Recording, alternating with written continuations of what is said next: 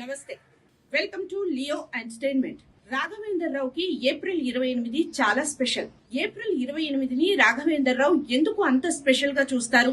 28 వెనక దాగి ఉన్న కథ ఏంటి? ఎప్పుడూ స్పందించని రాఘవేందర్ రావు ఏప్రిల్ 28న ఏదో ఒక కార్యక్రమం చేస్తూ ఉంటారు. అసలు 28 వెనక దాగి ఉన్న కథ ఏంటి? ఆ విశేషాలేంటో ఇప్పుడు చూద్దాం.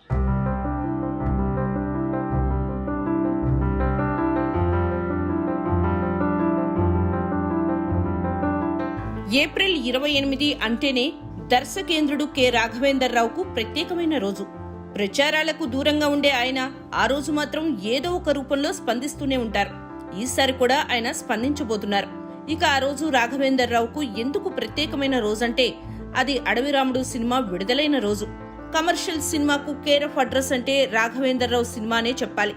ఒక విధంగా దానికి నాంది పలికింది కూడా అడవి రాముడే. అంత భారీతనం ఆ సినిమాలో కనిపిస్తుంది. నటరత్న నందమూరి తారక రామారావు సినీ జీవితంలో అడవి రాముడు సాధించిన రికార్డును మరే సినిమా సాధించలేకపోయింది. తెలుగు సినిమా రికార్డులన్నింటినీ తిరగరాసిన సినిమా ఏదంటే అడవి రాముడనే చెప్పాలి. ఎన్టీఆర్ కె రాఘవేందర్ రావుల కలయికలో వచ్చిన మొదటి సినిమా అది.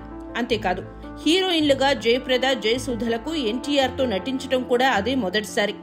8 కేంద్రాల్లో ఏడాది పాటు ఆడిన సినిమా అది. 35 కేంద్రాల్లో శతదినోత్సవం జరుపుకుంది. కెవి మహాదేవన్ సంగీతంతో మ్యూజికల్ గాను మ్యాజిక్ చేసిన సినిమా అది. ఇందులోని పాటలన్నింటినీ వేటూరి సుందర్రామ్మూర్తే రాశారు. కె రాఘవేందర్ రావు సినిమాకు పాటలు రాయటం వేటూరికి కూడా ఇదే మొదటిసారి.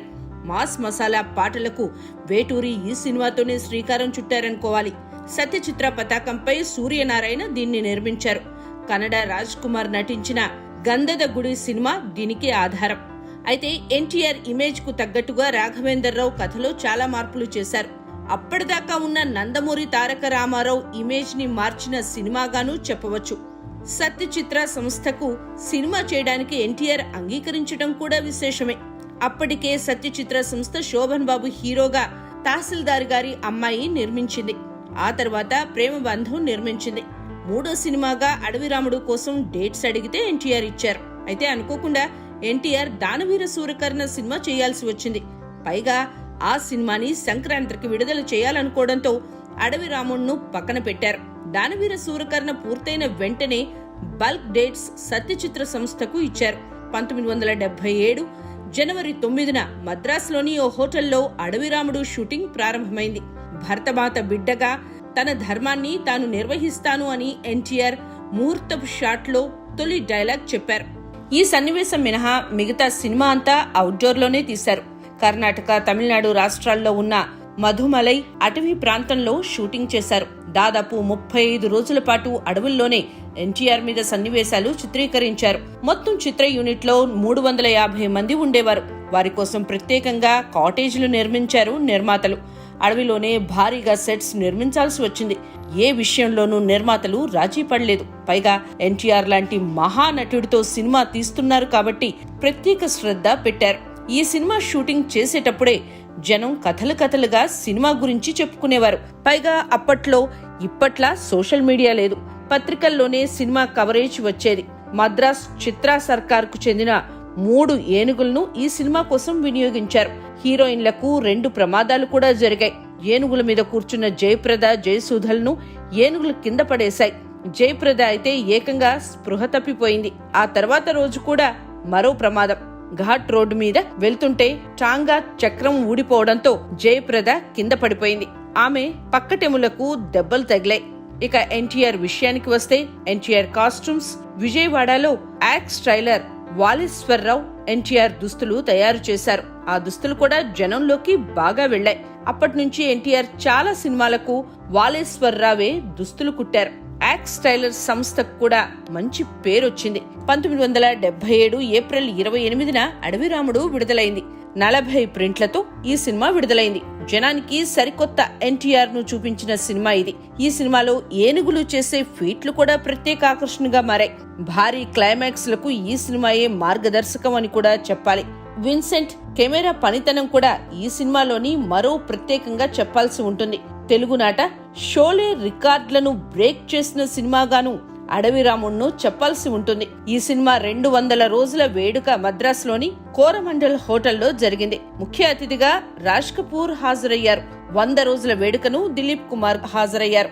ఈ సినిమా తర్వాత ఎన్టీఆర్ రాఘవేందర్ రావు కాంబినేషన్ లో 11 సినిమాలు రూపొందాయి. దాదాపు అన్ని హిట్లే. అందుకే దర్శకేంద్రుడు కె రాఘవేందర్ రావు దర్శక జీవితంలో ఏప్రిల్ 28 ఓ ప్రత్యేకమైన రోజు. ఈసారి రాఘవేందర్ రావు ఏప్రిల్ 28న ఏం చేయబోతున్నారు? ఈ ఏడాది ఏప్రిల్ 28న రాఘవేందర్ రావు ప్రేక్షకులకు ఓ సర్ప్రైజ్ ఇవ్వబోతున్నారు. ఆయన 25 ఏళ్ల క్రితం రూపొందించిన పెళ్లి సందడి సినిమా పేరుతో పోలిక ఉండేలా మరో సినిమాకి ఆయన దర్శకత్వ పర్యవేక్షణ చేస్తున్న సంగతి తెలిసింది. ఇందులోని హీరో శ్రీకాంత్ తనయుడు రోషన్ హీరో. దీని పేరు పెళ్లి సంద డి. గౌరీ రోనంకి దర్శకత్వంలో మాధవి కోవెలముడి, శోభు యార్లగడ్డ, ప్రసాద్ దేవినేని దీన్ని నిర్మిస్తున్నారు. సంగీత దర్శకుడు కీరవాణి సంగీతం సమకూరుస్తున్నారు. దీని షూటింగ్ దాదాపు పూర్తయింది. ఈ సినిమాలోని ఓ పాటని ఈ నెల 28న విడుదల చేయబోతున్నారు. కె రాఘవేందర్ రావు సమర్పణలో రూపొందిన బాహుబలి ది కంక్లూజన్ విడుదలైంది కూడా ఏప్రిల్ 28నే. అందుకే పెళ్లి సంద డి పాటను ఆ రోజున విడుదల చేయాలని సంకల్పించారు. ఈ సినిమా పెళ్లి సందడికి సీక్వెల్ మాత్రం కాదట. 1975లో బాబు సినిమాతో ప్రారంభమైన రాఘవేందర్ రావు పయనం అడవి రాముడుతో తారా పతాకానికి చేరింది. తెలుగు సినిమా పాన్ ఇండియా స్థాయికి చేరేలా బీజం వేసింది కూడా అడవి రాముడే నాంది పలికింది. తెలుగు సినిమాకి అంతటి భారీతనాన్ని తెచ్చిన సినిమా అడవి రాముడు. అదండి ఏప్రిల్ 28కి ఉన్న స్పెషల్. ఏ రోజు స్పందించని రాఘవేందర్ రావు 28నే ఎందుకు స్పందిస్తారు అంటే అడవి రాముడు ఆ స్థాయిలో హిట్ అయింది కాబట్టి. ఈ రోజు తెలుగు సినిమా పాన్ ఇండియా స్థాయికి చేరడానికి అది కారణమై నిలిచింది. మరో అంశంతో మళ్ళీ కలుద్దాం. లియో ఎంటర్టైన్మెంట్ ఈ ఛానల్ని ప్లీజ్ సబ్స్క్రైబ్ చేయండి, షేర్ చేయండి, లైక్ చేయండి. Please subscribe to Leo Entertainment. Please subscribe to Leo Entertainment YouTube channel. Subscribe Leo Entertainment channel. Leo Entertainment. Please subscribe this channel. Hi, నేను ఆనంద్ రంగానే. Please subscribe to Leo Entertainment. ఇలాంటి interesting videos కోసం తప్పకుండా మా ఛానల్ని subscribe చేయండి.